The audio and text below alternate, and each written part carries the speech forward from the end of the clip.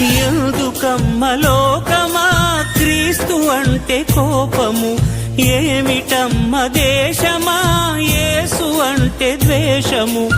ఎందుకమ్మ లోకమా క్రీస్తు అంటే కోపము, ఏమిటమ్మ దేశమా యేసు అంటే ద్వేషము.